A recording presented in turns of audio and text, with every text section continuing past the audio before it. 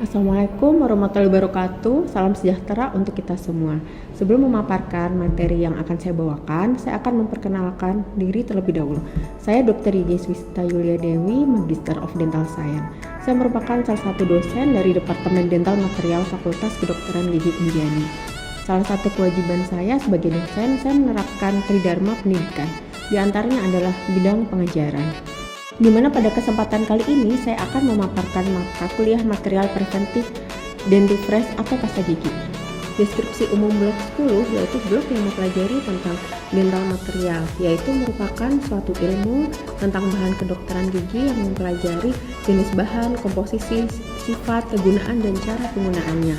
Diharapkan mahasiswa mampu menguasai pengetahuan faktual tentang perkembangan ilmu pengetahuan dan teknologi kedokteran gigi dan dapat menguasai konsep teoritis secara mendalam tentang dental biomaterial atau ilmu material dan teknologi kedokteran gigi.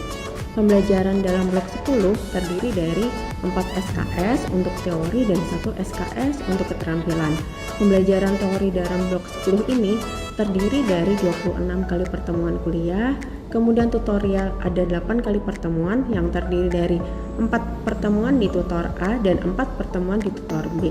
Kemudian dilanjutkan diskusi pleno 4 kali pertemuan. Kemudian untuk pembelajaran keterampilan clinical skill lab ada 6 kali pertemuan. Blok 10 ini mempunyai 2 capaian pembelajaran mata kuliah, yaitu mahasiswa mampu menguasai pengetahuan tentang perkembangan ilmu pengetahuan dan teknologi kedokteran gigi melalui pemikiran logis, kritis, sistematis, dan inovatif secara bertanggung jawab dan bermutu. Kemudian yang kedua, mahasiswa mampu menguasai konsep teoritis secara mendalam, yaitu dental biomaterial atau ilmu material dan teknologi kedokteran gigi melalui pemikiran yang logis, kritis, sistematis, dan inovatif secara bertanggung jawab dan bermutu. Blok 10 ini berada dalam semester 3 yang terdiri dari 4 SKS kognitif dan 1 SKS keterampilan atau psikomotor. Blok 10 ini menerapkan 2 penilaian, yaitu aspek kognitif dan aspek keterampilan, di mana aspek kognitif mendapatkan bobot 100% dan keterampilan atau psikomotor mendapatkan bobot 100%. Nilai kognitif didapat dari nilai harian, tugas, pretest, MCQ, dan OSOKA. Nilai keterampilan atau psikomotor didapatkan dari nilai clinical skill lab dan OSCE. Material preventif dentifrice ini berada dalam minggu keempat. Capaian pembelajaran pada material kuliah ini adalah: 1. Mahasiswa mampu mengetahui pengertian dentifrice. Kemudian kedua, mahasiswa mampu memahami fungsi dari dentifrice. Kemudian ketiga, mahasiswa mampu menganalisis komposisi yang terkandung dalam dentifrice. Kemudian, mahasiswa mampu mengevaluasi jenis pasta gigi yang sesuai dengan keluhan pasien dengan disesuaikan dengan komposisi material aktifnya. Kemudian, pokok bahasan pada mata kuliah material preventif dentifrice ini yang akan dibahas adalah jenis-jenis pasta gigi, komposisi yang terdapat dalam pasta gigi, kemudian yang ketiga bahan-bahan aktif yang terdapat dalam pasta gigi, dan agen terapeutik sebagai unsur pokok penyusun formula pasta gigi termasuk bahan aktif yang sedang dikembangkan dalam riset penelitian saya. Pokok bahasan bahan kuliah material preventif dentifrice ini juga masuk ke dalam materi tutorial blok 10. Kemudian saya akan menampilkan video perkuliahan dan clinical skill lab pada blok 10.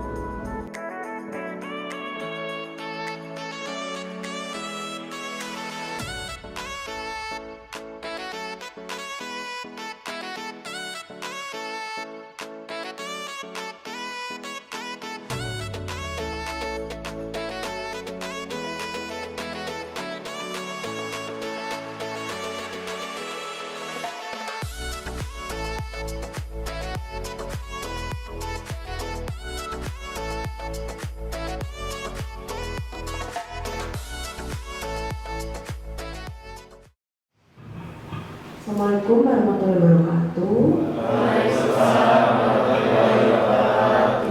Sebelum memulai perkuliahan, boleh kita untuk berdoa dulu ya. Berdoa mulai.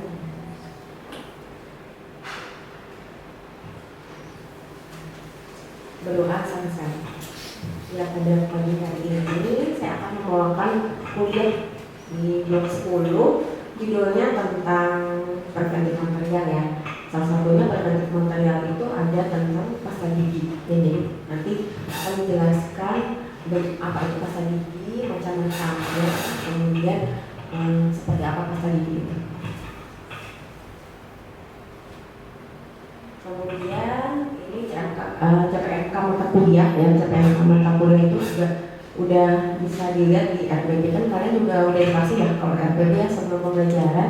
Jadi CPNK mata kuliah blok ini itu untuk menguasai pengetahuan tentang perkembangan ilmu pengetahuan dan teknologi kedokteran gigi melalui pemikiran logis, kritis, sistematis, inovatif, bertanggung jawab, dan berbentuk. Kemudian untuk subcapaian pembelajaran itu kalian harus memahami apa itu pengertian dari pasta gigi atau dentifasis, kemudian memahami fungsinya, kemudian memahami komposisi yang terkandung dan jenis-jenisnya itu apa aja. Ada yang tahu nggak pasta gigi itu apa? Ya, saya menjawab sih kondisi pembangunan yang saya rasakan. Setahu saya pasta gigi itu adalah bahan berbentuk pasta yang mengandung kalsium dan borat untuk membersihkan gigi. Mungkin seperti itu. Sakunero jawabannya tepat ya. Jadi pasta gigi itu bahan untuk membersihkan gigi. Tapi bahan-bahannya itu bermacam-macam ya, tergantung bahan aktif apa yang dimasukkan ke dalam pasta gigi. Kemudian pasta gigi itu ada yang herbal, ada yang non herbal, kemudian ada yang ditambahin seperti karbon contohnya. Kemudian dan di Ujani sendiri juga sedang dikembangkan ya pasta gigi herbal dengan bahan-bahan alam. Nanti saya jelaskan di slide selanjutnya. Ada tulisannya gam itu kan untuk menjaga kesehatan dari gusi.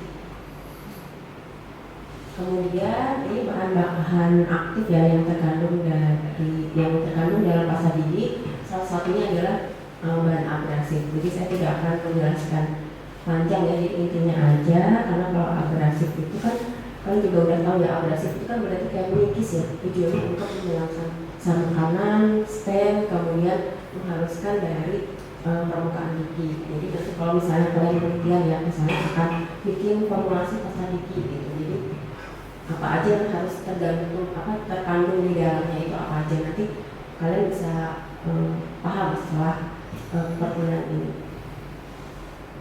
Kemudian yang kedua itu air ya, karena kan kalau pasta gigi kan dari pasta ya, jadi pasta itu kan campuran antara krim dan air, jadi pasti ada airnya karena untuk melarutkan bahan-bahan yang ada di dalam pasta gigi. Kemudian ini pelembab ya, pasti ada pelembabnya, karena kalau nggak ada pelembabnya itu nanti kalau dibuka itu akan cepat keras ya. Kan kalau misalnya dibuka atau tutupnya hilang tetap bisa dipakai ya kalau pasta gigi yang kalian pakai itu karena ada bahan pelembabnya. Kemudian ini yang tadi ada busanya ya, jadi nggak semua pasta gigi itu mengandung busa. Jadi kalau yang ini yang kalau digosokkan di gigi mengandung busa, tapi punya efek samping ya, itu ada iritasi, kemudian bisa juga yang sering sariawan ada nggak di sini yang alergi terhadap busa seperti itu, jadi harus yang menggunakan yang tanpa busa ada nggak? Nggak ada ya. Jadi kebanyakan kalau di kita tuh semakin banyak busanya semakin mantap ya kak, ya kan? Padahal kalau kebanyakan busa itu tuh mengakibatkan mulutnya lebih kering.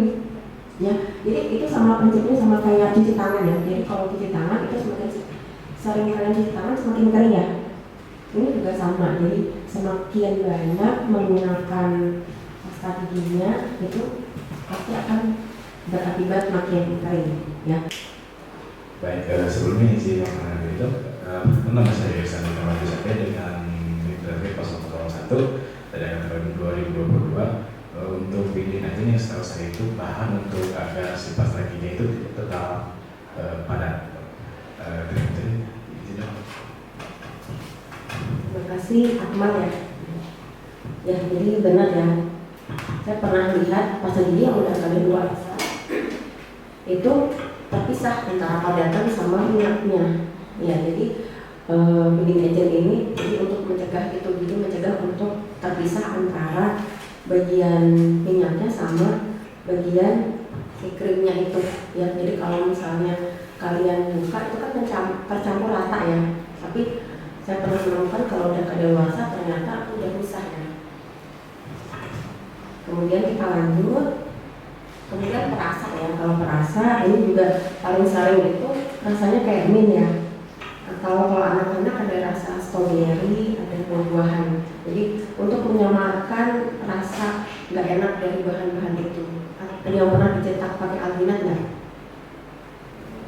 Belum. Itu rasanya baunya kayak pasta gigi ya, ada rasa mintnya, karena untuk menyembunyikan rasa atau bau yang nggak enak dalam pasta gigi. Kalau enggak, itu kan dimasuk ke dalam mulut ya. Itu biasanya itu akan mual. Karena saya pernah nyoba pasta gigi buatan dosen saya sendiri, belum dikasih apa-apa tuh rasanya aneh banget ya. Jadi kalau di pabrik pasti udah dikasih perasa supaya menyamarkan rasa itu. Kemudian dikasih pengawet ya. Kalau nggak dikasih pengawet itu nanti pasti akan berjamur, karena pengawet itu untuk menjaga agar tidak mudah terkontaminasi dari bakteri. Anti-stain itu seperti yang di perokok itu kan ditambahin itu ya, anti-stain. Jadi jarang pasta gigi yang meliputi semuanya. Jadi anti kalkulus, anti stain, sensitif itu jarang, pasti ditambahkan seperti spesifik aja sesuai dengan kebutuhan. Kemudian kita lanjut lagi, antibakteri yang ada di dalam pasta gigi itu contohnya chlorhexidin ya, pasti pernah mendengar ya chlorhexidin. Salah satunya adalah bahan aktif di dalam obat mual. Kemudian ada juga triclosan sama SRS tadi. Kalau SRS tadi yang busa-busa itu mempunyai efek antibakteri, tetapi biasanya kalau triclosan dan SRS itu mempunyai risiko ya kalau dipakai dalam jangka waktu yang lama. Kemudian ada nggak yang pakai pasta gigi herbal? Ya, contohnya kayak gini ya. Ada nggak yang pakai? Ya, kenapa sih pakai herbal? Sebelumnya jadi contoh kenapa saya memilih pasta gigi yang herbal itu, yang pertama mungkin dari baunya itu, mungkin sempat saya suka baunya yang herbal, karena mungkin juga lebih segar di mulut juga, mungkin seperti itu. Ya, terima kasih Vero. Jadi kalau yang bahan herbal itu prinsipnya sama seperti pasta gigi biasa, cuma ditambahkan bahan aktif ya dari herbal. Jadi herbalnya juga bukan cuma sembarang daun ya, tapi yang mengandung antibakteri seperti sirih, kemudian siwak itu kan mempunyai efek antibakteri. Kemudian ini siwak ya yang tadi mempunyai efek antibakteri. Misalnya kalian ingin penelitian ya mengenai siwak juga bisa ya.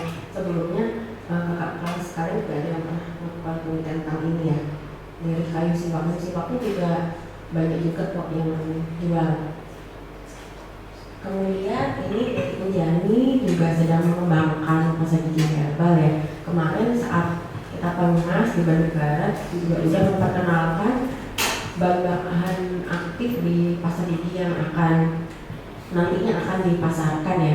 Jadi ada bermacam-macam ekstrak, yaitu salah satunya ada royal jelly. Royal jelly itu yang terkandung di dalam madu ya, jadi mempunyai efek antiinflamasi. Kemudian ada secang, ada ekstrak jintan, jahe, dan kayu manis ya, yang mempunyai macam-macam efeknya ya, ada antiinflamasi, antioksidan, dan antimikroba. Di Unjani ini mendukung penelitian dari saya ya. Jadi saya sedang mengembangkan bahan antibakteri ya sama antiinflamasi itu dari belatung. Ya, sebelumnya itu citosan itu ada di seafood ya. Kalau yang seafood udah pernah diteliti ya, kalau mempunyai antimikroba. Kemudian udah pernah coba juga dalam formularium pasta gigi. Kemudian kalau yang dari lalat ini dan belatung ini sedang dikembangkan karena mempunyai antiinflamasi dan antibakteri. Tapi lalatnya ini adalah lalat hitam ya, jadi lalat untuk organik. Jadi sampah-sampah makanan itu dikumpulkan sama dinas lingkungan hidup. Kemudian dikembangkan belatung dari lalat hitam. Jadi kalau bukan sampah makanan nggak akan mau bertelur si lalat ini. Jadi dikembangkan di situ, kemudian belatungnya kita ambil, kemudian kita ekstraksi. Kemudian nanti akan kedepannya dicampurkan ke dalam formularium untuk pasta gigi. Sebelumnya saya tidak dokter, sebelumnya saya mengingatkan diri nama saya Sri ini dengan nomor 016 dari angkatan 2022. Izin juga dokter, jujur baru pertama kali melihat dari dilaku bisa dokter pertama dengarnya kayak kaget itu dong, kayak geli dan saya sendiri. Terima kasih dok. Jadi ini yang belatung itu bukan belatung yang sembarangan ya. Jadi khusus makanan-makanan, sampah-sampah makanan. Jadi kalau bukan sampah makanan, belatung ini nggak mau bertelur. Jadi biasanya sampah-sampah dari restoran atau dari pasar, sisa sayur itu baru mau berkembang biak. Soalnya kalau sampah-sampah biasa yang ada di tong sampah itu nggak mau. Jadi misalnya dia kecampur sedikit sama sampah kotoran gitu, misalnya dia nggak mau. Kemudian kalau yang penelitian sebelumnya ya, ini yang pakai citoksan, tapi citoksan dari seafood ya. Jadi kalau dari belatung itu lagi kami kembangkan lebih lanjut.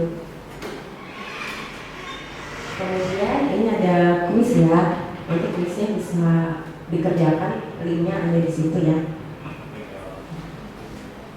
Kemudian ini referensi yang mendukung dari sisi fotografi ini dan dari penelitian saya juga, dari buku-buku saya juga sudah saya tampilkan di situ ya.